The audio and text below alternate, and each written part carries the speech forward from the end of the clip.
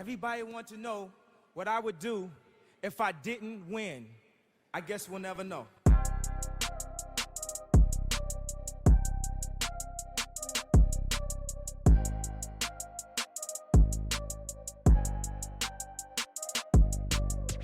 Imagine making a difference. No, imagine being the difference. The difference between I can't and I can, or I won't and I will. The reason someone chooses to wake up and strive for greatness. In life, it can feel like everything is working against you. Let's defy all odds and break generational curses. This is Overstepping Poverty with Daquan and Zacchaeus.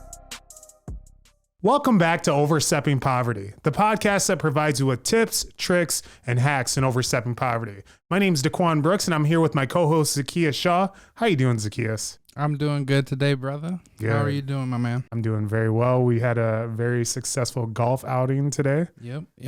That's just how we do. We take care of business every single day. Every day we had to take care of some of the homies on the course. You know what I'm saying? Yo, I love it. So we have a very special guest today. I want you to introduce him. It's time for the world to know about him. I mean, a lot of people already do know about him, but now it's another few networks that he's going to be introduced to. So I'm happy about that. Absolutely. So today on the podcast, we brought in a special guest who not originally from Sioux Falls, but living in Sioux Falls, been doing some big things. He's a co-owner of East River Farms medical marijuana dispensary here in Sioux Falls. We have Cam Young. How's it going, my man? Good. Thanks for having me, guys. I really appreciate the invite. So Absolutely.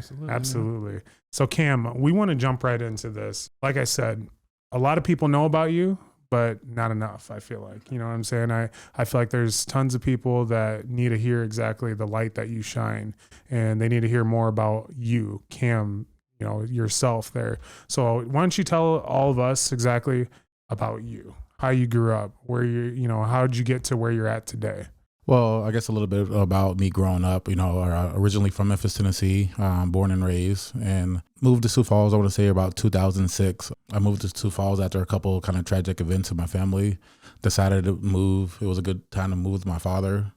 And at that time, my family was okay with that. The people who I was, I guess, surrounding myself with. So, right. How old were you when you left Memphis? I was 17 years old when I left Memphis. So you grew up up there. Yeah, like I said, grew up there for the most part. 17, young man at that point. Right. You have all like the foundations and like really pretty much who you are taken care of at that point. So, who did those? Your foundation.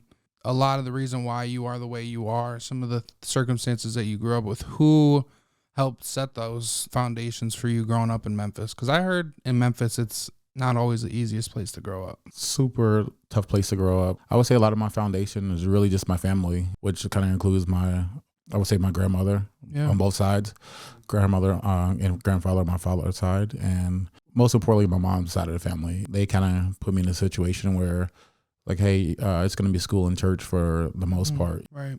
I think you get like a lot of your morals and values through whatever you kind of put yourself around coming up, and coming up early is like, hey, church was an option. Basketball was an option. Like I said, similar stuff that I see around here, just really trying to stay out the way of any gang, drugs, and violence for the most part. Absolutely. Well, I was going to ask, what was like the biggest difference, I guess, adjusting from Memphis, coming to Sioux Falls, especially in the early 2000s? I would just say being a minority at that point, not a lot of African Americans here in Sioux Falls. And like I said, it's going from having a bunch of African Americans around you and being to like, hey, you're the one of few in the state, I think this state has something like a 3% African American population, which is super small, just kind of based on we have less than 1 million people here. So It's crazy because that's kind of something I dealt with coming back from Vegas, moving here, although I'm originally from here, and just growing up, going to some elementary, middle school, some high school out there, then coming here and going to a place like O'Gorman. Oh, yeah. It was literally the biggest culture shock I ever had in my entire life, walking into that chemistry classroom and everybody's dressed the same. I'm the only person that's not 100% white, and I'm just like, dang, like I've never been in that situation. Did you have any of those struggles? Did you feel any of those things? Yeah, I mean, you for sure feel it. But I think by me enrolling in Lincoln High School to kind of complete my high school journey, really helped. You know, I guess my family had some family friends that lived here. And then also I feel like I was really set up with a good group of people, you know, and some people I consider family to this day. So, right. Are those people that you met once you got to Sioux Falls? Yeah, the moment I enrolled in the school, you know, they kind of started putting me around certain people, and maybe we didn't link and lock in right away, but I think a lot of people in Sioux Falls or just South Dakota in general really puts a lot of emphasis on who you graduate with. Yep. And like I said, a lot of people I graduated with, I kind of consider family for sure. That's actually amazing, because there's one thing that we've seen a repetition of on the people that we have on our podcasts, you know, who they grew up with to where they're at now. A lot of them have grown apart, but it seems like you actually have stayed, you know, with a lot of those individuals that you grew up with. I mean, through high school. Because I can tell you right now, in high school, the high school me to me now, no one wanted to be around me in high school, the high school me. And you know? I can kind of attest to that. You know, I'm in a position where, you know, it's like, hey, having a completely different upbringing, but really still being accepted from, like I said, your peers is really everything, you know. And not only that, like allowing me to really grow and unfold. Be yourself. Yeah, just truly be myself, and I'm going to do that anyway. If you know anything about me, I have like I said, weird sense of humor, and like I said, I have a lot of like my own struggles, and I think if people just allow that to unfold, really without judgment. Yeah, absolutely. So let's fast forward just a little bit here. You know, obviously we kind of heard and learned about your foundation, you know, that structure that you have there. Now, as far as like where you're at today, I want to know exactly, how did you get there? How did you become that entrepreneur, Cam? Because you've done plenty of business things. Right. I mean, obviously you have the East River Farms currently here. Before that, you were a realtor. Yep. Before that, you're working at a bank, right? Yep. How did you continue to learn and grow that success?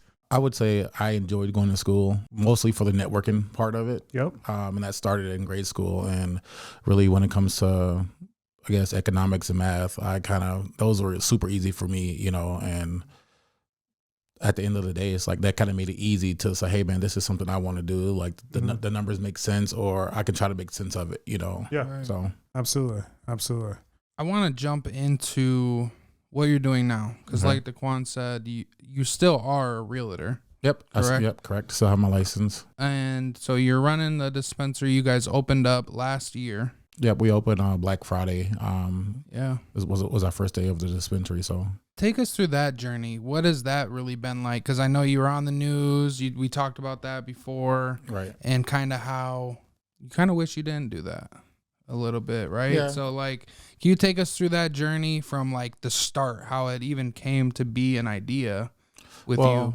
I always had this kind of interest in government a little bit, you know. I don't know if it's kind of like the oppressed feeling in certain situations or really just being here.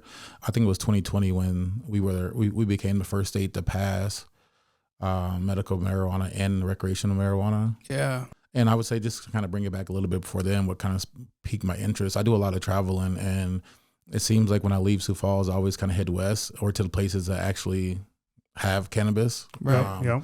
Whether it's Colorado, whether it's Portland, California, you know, Seattle, Washington, kind of spend some time in those areas.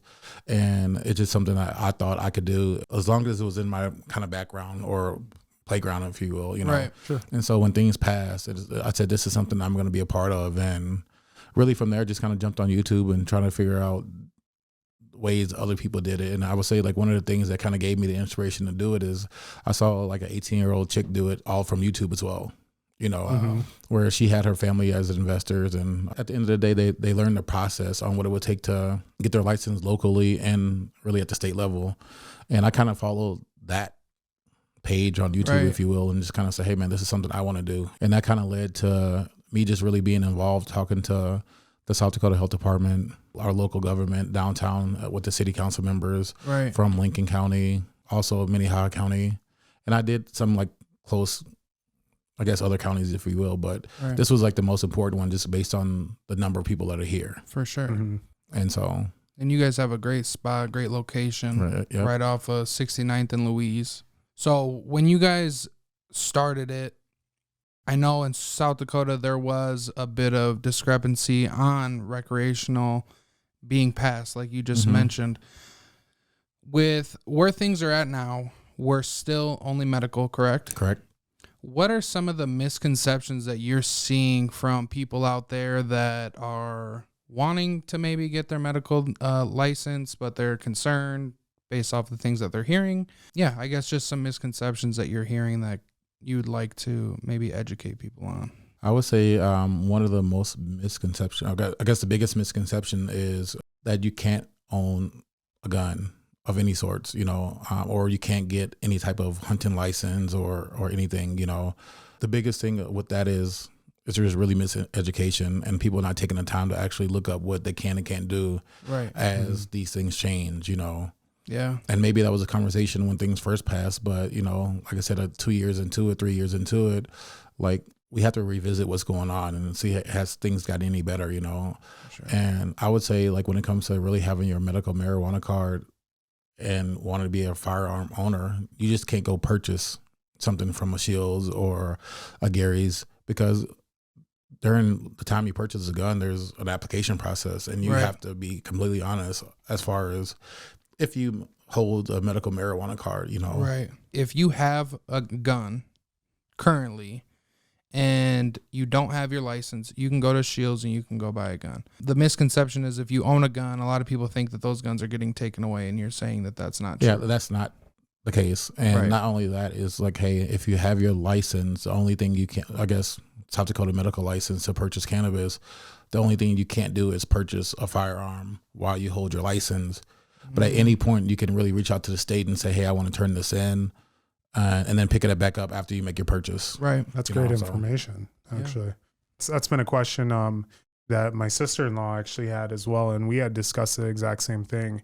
And like you said, I mean, lack of education even on my end. I was just like, what? You can hold a gun? What are you talking about? To me, I'm just like, you just can't be drunk, or you can't be high and hold your gun, concealed carry. But to know that you can purchase a firearm, of course, on that, as long as you don't hold your license at the time. That's valuable information. And everyone. I also kind of want to speak on what you're saying too, in the event that you have to use your firearm, from my understanding, if you have anything in your system, whether it's alcohol, whether it's cannabis, or whether it's any other type of drug, you're already at fault. Right. And so chances are, if you live in South Dakota and you don't carry, but you still smoke, and I'm sorry, you do carry, and you're not going to carry your South Dakota medical card, and you're in a position where you have to use it. Right. Your situation is no different. I would add to the fact that maybe you have a little bit more protection that you have it in your system based on you have a card, and because that's the only thing we have in our state. It's not recreational. It's not strictly medical. And I would just say, like, play by the rules as much as you can. So absolutely. On the topic of safety here, there's one thing that we've been seeing and we've been hearing about, and that's fentanyl being mixed into local marijuana, not dispensaries or anything. Actually, it's been turning, I feel like a lot of more people to go to dispensaries and actually purchase there on that. How are you guys staying compliant and ensuring that, of course, what you guys are producing is safe? All of our product at East River Farms, or really any dispensary in the state of South Dakota, is going to go through some type of testing, some type of third-party testing. I believe in Flanger, there's a company called Cannabis Chem Labs. I want to say they do about 95% of the testing in the state. On top of that, if they were to be, let's say, backed up or whatever the case may be, I think the health department does have a testing facility of their own. So we know that all the products are tested before we can even accept them. Okay. So they're getting tested more so at the grow. Yeah, they're getting tested at the grow or the manufacturing facility. Okay. And then once they get the results that is passed and that they can transfer it, they can actually transfer it to the dispensaries at that point. So what are some of the opportunities you see in the marijuana industry for people out there looking to get in medical marijuana industry? What do you see out there? I feel like it's kind of so brand new to South Dakota that I see a number of different things, and the biggest one right now is going to be transportation. If anybody had an eye and they wanted to get in, a lot of what we're dealing with is it's easy to grab something close by when it comes to manufacturers and cultivators. Yeah. But it's the stuff that's out west, 5-6 hours away. You may catch some of those people doing, like, if they have enough business on the side of the state, they'll send someone out once a week or whatever the case may be. But just overall, like I said, if there was a play to get in, I think transportation and just really being like the liaison between dispensaries, cultivation, and manufacturers would be a place I would start. Right. Okay. Just make it a lot easier for somebody to. Yeah, just make it hands get in off for there. them. I think they have a lot going on, just kind of being in and out of their facilities. We all have our own problems, and that's been like Right. the biggest thing that's going on to this. It's new. This isn't like working with a corporate company like Verizon or AT&T or Right. whatever the case may be. I think there's a bunch of local people that have an entrepreneur mindset, and they decide to take a chance on themselves for, like I said, themselves and their family. Right. I think at one point we're going to all back, like, look at this and laugh at it. Just like, hey, the problems that we had early on. Right. No, I think it's really cool just seeing all the opportunities, like we were just talking about, come to Sioux Falls and provide really for the community in a way that I feel like we really need. Right. Have you seen or have you had any conversations with anybody more so in the government or in those capacities that you feel like they want to help make changes and make things better? That's kind of a tough question. And the way I would answer that is just like through what I've experienced early on, whether it's dealing with city council members or just dealing with, like I said, people who have a say, lawmakers in South Dakota, they're conservative, like their mindset and what they stand for and who they represent really won't allow them to speak on this with their hearts. They may have voted on it, but when it's time to vote with the power that they have, they almost like, again, they're the voice of the people. They have to go with what the people say. It makes it a little tricky. So, Right. So being a part of the community, I mean, you're helping a lot of individuals. This is medical marijuana, when it comes out there, I feel like, and you're very involved into the community. What I want to know is how has that helped you kind of grow your network? I mean, being so involved, I'm sure you see different people on a day-to-day basis, obviously being involved with the mayor, being involved with different government entities, how's that helped you build your network? And I actually haven't been involved with the mayor as much as I was like. I would actually love to sit down with them and maybe kind of pick his brain. I guess it's his overall mindset on what it means to really have medical cannabis and recreational cannabis in Sioux Falls. There's been some things that he said that I disagree with. And, again, I just want to have a conversation with him. But to kind of speak on what I guess you're asking when it comes to the community, just the different faces that come through the dispensary is really crazy. We sat between two different Avera hospitals, and I want to say also a behavioral hospital, and you wouldn't believe the people are leaving their appointments right from there and coming to us, and that's something I necessarily didn't really expect right away or whatever the case may be. It gives me a good feeling inside to say, hey man, you're doing something positive. You're doing something that, like, just to give these people some type of relief. Yeah, absolutely. Because these aren't like, your ordinary checkups or physicals or whatever the case may be. These people have like real life, like, problems going on, and the conversations that they're bringing to us is like really a lot of inspiration kind of pulls from that. So Absolutely. I want to dive into that a little more about the mayor. What are his stances on it as far as with the rec and the medical? Well, I think that just kind of from what I watched on the video that was shot at the local library last year, was just kind of eye-opening. I didn't think that when it comes to things that we're voting on, you can have like really the government officials, whether it was, again, the mayor or any of his counterparts that spoke at the library. It's something didn't feel right about that. So I would say his stance is really just like a negative stance on cannabis in general. But I would argue this is probably the best thing and probably one of the things that's saving our community. When you look around and kind of see what's going on with just the opioid epidemic, the amount of alcohol we pour in the state is almost criminal. I would argue kind of cannabis is giving us a true balance. But do you feel like that could be lack of education there as well? If you're the mayor and you are speaking ill will about something that is in the community, but you haven't stepped inside of it and spoke with, those local owners, you haven't met the mayor, you haven't talked to him directly. I feel like he could ask questions that he may need answered to really give him a better understanding of exactly what you guys are doing in the community and how positive, I mean, I feel like it is, Right. you know, for the community. Is that something that you feel like needs to be done as well? Like he needs. And I think it all really starts with the conversation, but I think a lot of what's being put in front of people, it's a big show, it's a big game, it's politics. You know, he's actually seems like a really cool guy. Yeah, absolutely. You know, like down to earth, young, and I know a lot of people that know him, and they say the same thing. Like I said, I'm just kind of curious to have a conversation with him, just to see, you know, this really how you feel, or just you kind of just representing the majority of the voices who falls. Absolutely. You know? So I can understand that. And kind of going on that as well as, and just how important the community is on there. Can you explain to our viewers exactly the different strains of marijuana? And then after that, I'd like to kind of know exactly, how do you inform that to like any of your community members who come in and purchase from you as well?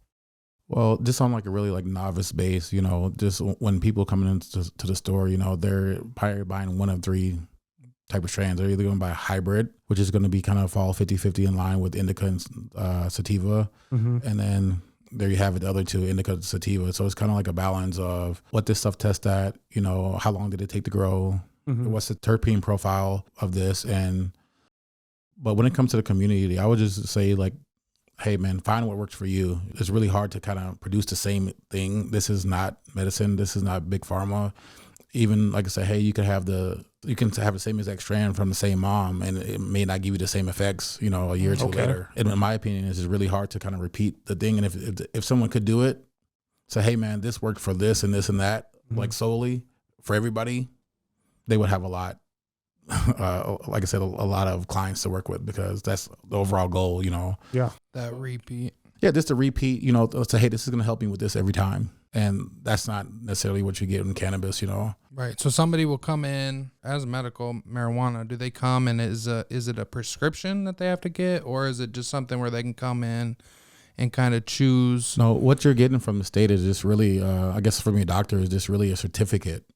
For the state, saying, hey man, I certify this person to be a patient of medical cannabis in the state based on our regulations, you know. And then from there they kind of give them an allotment of what they can purchase, you know, and that's roughly 3 ounces every 14 days, you know, so you can buy 6 ounces in a month. Right. Okay. Which isn't, like I said, it's not too bad, but you see a lot of people, like I said, self-medicating, kind of go through that, you know. They're calling in, hey, has it reset? We want to get something else, you know. So right. Do you see a lot of competition with the other dispensaries, or do you guys have you guys ever come together? Is there something for you guys to kind of bounce things off of each other? Well, competition is definitely there. You know, you have 3 other dispensaries open in Sioux Falls. Well, I would say 2 right now, and then 1 in T. But I think you have a couple more open in this, I guess, late spring, early summer. Okay. And that will kind of round out the 5 that are going to be in Sioux Falls. But you just kind of have to set yourself apart when it comes to just like the relationships that you have with different cultivators and different manufacturers. Just try to be like, have some exclusive things, set yourself apart as far as what's going on. But for the most part, man, people do what they need to do to shop online. And they know what we have in stores. They'll come in with their phones and pictures. I need this right here. Right. And so cannabis is nothing new. We don't need to reinvent the wheel, but we just need to give people as much access as we can. So right. Yeah, absolutely. What's one thing that you feel like people should know about your guys' dispensary compared to, I mean, any other dispensary? Something that you feel that everyone should know about you guys? I would just say from a community standpoint, you know, we have a group of realtors, and it's kind of a little bit of representation of everything in Sioux Falls, you know. We're like super diverse, like diverse group, if you will. And so I think that we have done the business that we have just based on that. Like, it's kind of, we're known in the community for one reason or another, you know. It's this is still a small town. It's not like a city or anything. So right. Absolutely. Well, and that's something I noticed getting into like the real estate world, is how much you actually do get to network with people, meet a bunch of different people. Is real estate something that you still look at as something you would want to put more focus on as the dispensary gets up and running more consistently, maybe without you guys being there? Or what are some of the plans as far as that goes with real estate and the dispensary for the future? I think just in real estate, I would love to get back in real estate, just from the standpoint of just, I love helping people. you know, and don't get me wrong, we're definitely helping people with medical cannabis. Absolutely, you are. Like I said, I just need to find time to get back into it and jump back into it the way I would like to, you know. It does take a lot of time and attention and effort to, like I said, even get a few deals closed. So Right. Yeah, I think they say the top or the average agent only closes like 5 to 6 a year deals total. Really? Right. It isn't much, but in some of the years I was active, you know, that just kind of came with minimum phone call and minimum effort. It's definitely about the work that you put in, though, at the same time, or at least getting in front of people so they know who you are, stuff like that. And I would just say, like, when it comes to real estate, the biggest thing I took away from it is just, like I said, being able to help friends and explaining the process from start to finish, from whether you're buying or selling, and making it through the entire process, and helping people that I know, or helping some couples that I also put together, you know, that also, like, that does a lot for me personally. So help refill you, kind of feel like you're just actually like doing giving back, you know, and it's not just necessarily all about a check. It's kind of a process in it all. Absolutely. And like I said, it's definitely something that still has my interest. Right. And between the two, it's like, hey, just an overall, like, business person / helper / I mean, middleman is what it is, you know, if I'm being do it honest, all. you know. For sure. Absolutely. For sure. Absolutely. All right. So this is the part of our episode where we actually open up questions for you to ask us, what we call is roundtable. So these are questions that you've thought of during the time that you've had to come here, of course, and during the time you've been sitting here and we were asking you questions. So I want you to fire away and ask us all the questions that you have for me and Zacchaeus. I think one of the questions I had is like, hey, you guys seem to be, like I say, really good people. We've known each other in a roundabout way for some years now. And I would just say, like, one, overall, just how you guys been doing. We've grown a lot. You know, I found myself having, like, old people moments every day almost. And I just want to know, like, how you guys been just in general, and what are you doing nowadays, you know, outside of podcasting. So yeah, absolutely. So I can say, you know, speak for myself on that. I feel like I'm doing great. There's one thing that I always tell myself, and that's, this is a marathon. It's not a race. So anything that I'm doing in my daily life or anything like that, I like to take it just one step at a time. Because it's so easy to always just try and think about what's the quickest way I can get to the finish line. Right. You know, it's so easy for that. And the people that end up doing that, they end up falling behind. Those are the ones that exert themselves, you know, the energy on that. So I feel like every single day I fill my cup up by not only doing this as far as overstepping poverty, but I'm also, of course, in finance at Billion Soda. So I can help customers there as well. There's one need that everyone has, especially in a big city like this, and that's having transportation, you know, and that's one thing that people don't understand. Like, I'm here to help someone have transportation to take their kids to school, to get to their next job so they can put food on the table, you know, produce an income. And that's my mindset of it. And that's what gives me, again, that's what fills my cup on there. So I'm doing great. I feel great. I probably can be better, but I feel like I'm at the best right now. So Can I ask you this? Where do you get that mindset from? Is it, you know, like your upbringing? Is it something like a mentor has showed you? You know, what does that come from? Honestly, it's just as growing up, I learned that having a healthy, positive mindset, because there were times in my life where I would just be upset at the world. And the only thing that I would do is just bring worse things onto myself. I wasn't good around other people. And I said, like, in high school, I was like, there are people that probably didn't want to be around me. And that's because I wanted so much attention that I would act out in different ways, you know, and I would always be upset that other people, you know, got attention from whether it's their family members or that they had other things that I didn't have, you know. And so that mindset kept giving me just negativity all the time.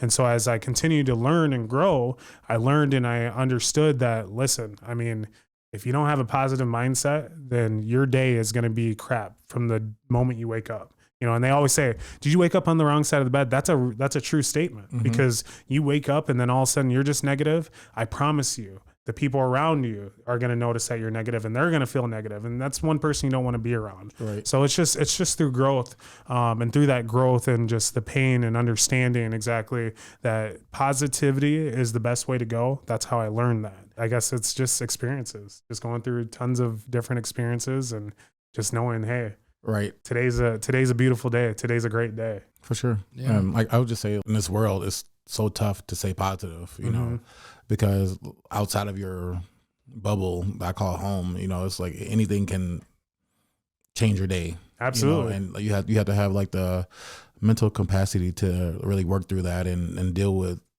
anything that yeah. I absolutely agree. They say don't let 5 minutes ruin 24 hours of your day. No. You know, if someone, I think the best one actually I heard is if, say you have $1 million in your bank account, okay, and then someone came and they stole $5 from you. Are you just going to throw away the rest of the money? Or are you going to, is it time to think, oh, well, you know what? I have all this other stuff. Maybe he really needed that or something. Sure. Exactly. You know, it's all perspective. So And what about you, man?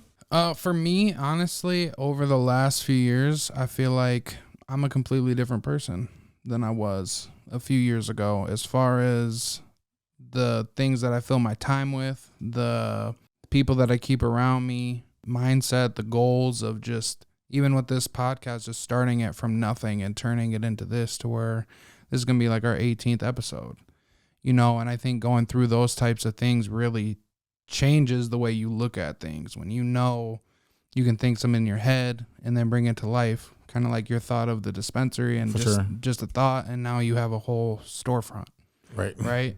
Yeah, I've changed a lot. I think lately, as an overall, I'm great. I'm good, feel good, you know, able to go do things, be with friends, family, all those things. But I still think on like a real level, every day is a different day. You know what I mean? And when you talk about it's hard to stay positive, I think one of the things that I've struggled with is it's hard to be aware sometimes of how far you actually have come. Mm-hmm. You know, when you don't take time to reflect on where you've been or where you are now. And I think that self-analysis can be difficult. So having people around me, I'll ask, hey, is there something you see? I've reached out to you before. Absolutely. Is there anything where you think I could do a little bit better or get a little bit better? So I'm great, though. I'm really great. I think that just being honest, and I think a lot of people can relate to that every day is different, but it is about that mindset. You know, for you growing up in Memphis, or Daquan growing up the way he grew up, myself as well, you go through stuff and you don't really know that it's any different, especially when you're younger. So those things kind of condition you to just keep going. Keep going. So yeah, everything's been going good though. And I don't know where that comes from, like within myself, like to keep going, you know. And at the end of the day, like you said, it's like no 2 days are alike. And as men, we just have to step into these days and kind of be strong for not only ourselves, but the people around us, you know. Mm-hmm. Yeah, I mean, we had somebody on here, Manny Gutierrez, and my grandma watched the episode and she was like, oh my God, I love the episode. Manny just kept saying, heavy is the head. Heavy is the head that wears the crown. Yep. So like, I think just as men, or as strong men, I would say, and strong doesn't mean not being vulnerable or anything like that. Strong is being present, being there, not giving up, continuing to be a positive role model and whatnot. As a strong man, like, you don't really have an option. No, you don't. Yeah. You don't have an option when you realize what kind of world we live in, and it is a dog-eat-dog world, you can give up. And it is important to find those people that you can be vulnerable around, because you can't be vulnerable around everybody, right? So, yeah, right. I mean, it's in your DNA. You can't give up, or you're just like the rest of them. Yep. And I would add like stuff like this, or even tuning into watching maybe your favorite podcast, listening to it throughout the day, or like I said, making one. And one, congrats to you guys for making it into the 18th episode. But two, you know, I think this is important as therapy, a place to have a conversation. Right. With like-minded people, you know, and who knows who may see this in the world, you know, but at the end of the day, it's like the internet has done some positive stuff, and I'm glad like podcast has become a thing, you know. Yeah. There's so many different voices, there's so many different thoughts in the world, and you may hear something that stays with you for forever, know, and that you may not have heard on just from the radio or television. Right. Yep. I think the perspective, right, of everybody that we've had on, and you coming on here and sharing something that people have questions about, you know, and us sharing kind of how we're doing stuff like that, people feel that way too. For sure. So for us to get on here, kind of talk about the things that people want to hear about, but also show that we're relatable. You know, we have a lot of the same things in common. I think that's the best thing about this podcast. is we would have never been able to sit down with you and everybody else that we've had on here if it wasn't for just making the platform, right? And I wanted to touch on the therapy piece. I think that this podcast as a whole has been like the most therapeutic thing I've done in life. For sure. 100%, because you're being vulnerable. Like the things I talk about and open up about, like that's me. Right. And of course I don't give everything of myself and just put all my business out there into the world. And some people do that. But at the same time, having a voice and understanding that people are listening or people are taking some things away from what we're saying, at the same time, I'm healing the traumas or the inner wounds and just being able to talk about them. And then I leave here, could spend 6 hours together doing the podcast. And I look at the clock like, damn, bro, it's been 6 hours. No, for sure. And this kind of what you said, just to be able to get it out. Yeah. You know, just to be able to get out what you're like going through, and whether it's on camera, off camera, at the end of the day, it's definitely done a lot of positive, I think, in just men's life in general, you know, because like I said, you can jump online and for the most part, you can find something that relates to you, you know, and let's just hope that that's positive. Right. And it doesn't stop here. No. And I want to flip that back to you. How have you been? I've been good for the most part, man. Just kind of like me personally, I kind of had a lot of tragic shit to go on in the past, really 2023, but just really remain positive and just be able to pull yourself out of bed. It's like some days are tough. Like for example, today was like a really chill, relaxed day for me, you know, but just also a really close friend yesterday, you know, to drug overdose, and kind of, it's not good, you know, and so I appreciate it. But for the most part, man, it's like, I'm always going to try to do what I can to shoulder really anything that I'm presented with and figure out how to get through it. Have you found a way to, obviously everybody copes and deals with things differently. Have you found a way to turn, you know, a lot of the struggles that you have been through? Because I know there's been a lot of tragedy in your life. For sure. So have you found a way to kind of take those tragedies and transform that energy? Or is it something that you just kind of deal with on your own? Man, at this point, really just numb to the shit. I'm going to be honest with you, man. So it's just like, hey, another thing happened, this happened. And at this point, you know, I really just try to focus on like the certain celebrations of life, you know. Yeah. I may not be one that want to get married myself, but, you know, like weddings are something I really enjoy attending. And I have a lot of friends that get married or will be getting married here soon. So there's something completely different, opposite than funerals or court dates or whatever there may be. So have you found anything though that helps you? Because I feel like that's like the natural response as somebody that goes through shit, right? Like tragedies is in this world, you just kind of got to find a way to keep moving. So we do become numb to things, but at some point that doesn't always work out. Right. I will say cannabis has helped out a lot, whether that just like relaxing me, forcing me to eat. Look at me, I don't have a problem eating, but there's some days it's like, hey, just have to get through it, you know? But I've been probably using cannabis for like the last 5-6 years. And that has helped a lot. And outside of that, man, just traveling is kind of a big thing that I do. Just really finding time and space to get away, you know. And I've if you scour the internet enough, you can find some super cheap trips out there. Yeah. So we talked a little bit about it. Tell me about your travel. Why do you love to travel? What is it about that? You're really getting a break from reality, and then networking. I kind of touched on that. You meet people from all over the world when you travel to these hot places or whatever the case may be. And then some of those conversations that you find yourself in are, like I said, really, really helpful. But just to be able to say, hey, man, I can get away 2,000 miles away, 5,000 miles away, whatever it is, you know, you have a destination, figure out how to get there. It's almost like challenge, like working your way through airports and working your way through car rental places and hotels and trying to do it for cheap as possible, you know, to get to your destination. No, that's dope. But travel cannabis is kind of to answer your question or some of the things that I've personally helped with. I mean, used to personally help me. So good. That's dope though. Good. I like that. No, that was a great question. We appreciate you asking that to us. Do you have any other questions for us? I really kind of want to speak on just like overall family. I look at you two as big family guys. On top of being family guys, just like, hey, progressive members in society. You know, Right. we meet a lot of people that, you know, just like, hey man, you wish them well for the most Right. part, you know, but you probably can't help them. But just when it comes down to family and how you're able to kind of maintain your work life, your family life, and then your personal life. Me and you play basketball a number of times, you know, also seen you run some people over in the football field, if you will. Right. But yeah, that'll be my second question for sure. It's tough because there's one thing that is so easy to do, and it's so easy to get caught up in that work life because you work all the time, you know, and anything that you do. And I'm a very competitive guy. Obviously, like you said, you know, playing basketball, football, running people over. He was actually talking about you on the basketball court. Yeah, right? yeah, Playing same, football. same difference. Exactly. But no, I'm a very competitive person, and so I want to always better myself.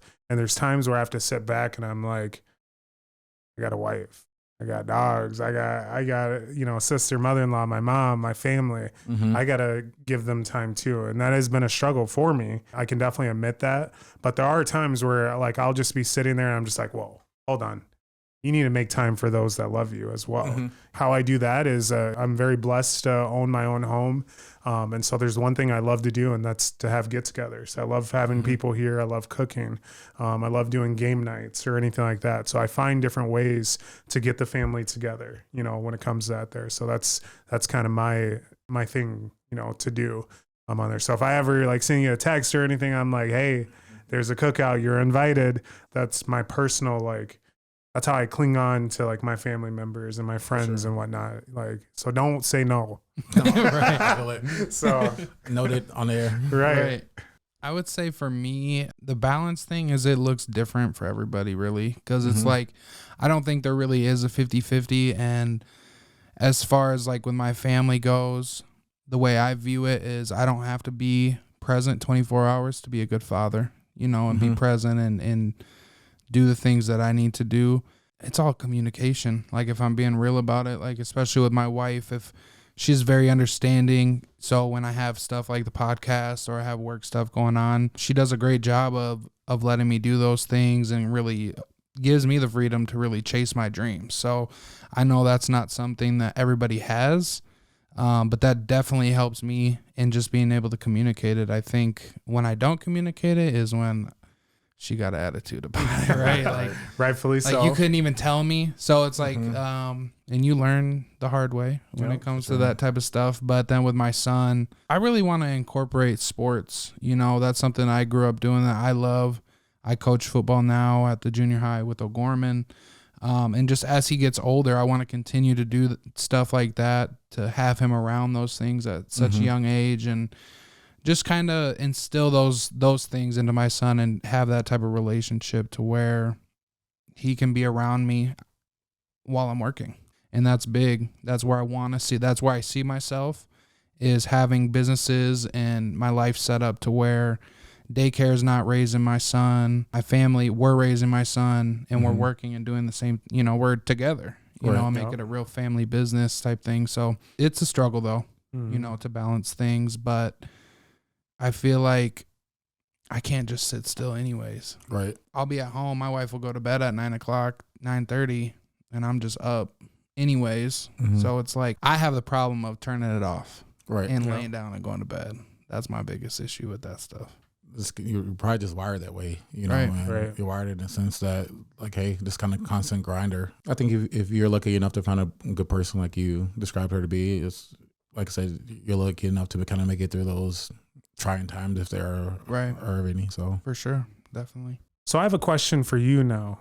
Every single person has their own understanding, their own opinion on what overstepping poverty is. Okay. What does overstepping poverty mean to you? Overstepping poverty is trying to give yourself a better life than maybe your parents had. Also, maybe that you grew up in, like yourself, you know, and just really try to be successful, not live check to check, if you will. Right. But most importantly, I think it's just the journey, the journey of it, you know, because I think we all sit here, it's like, hey, I think we all have bigger dreams than what we've accomplished so far. Yep. And we have to ask ourselves, like, what does that really look like, to even try to gauge the vision of that? You know, sometimes it's scary, but it also takes a lot of work and action to even achieve some of those things, you know. Yeah. Mm-hmm. And I know, like, I have a long way to go. So, Right.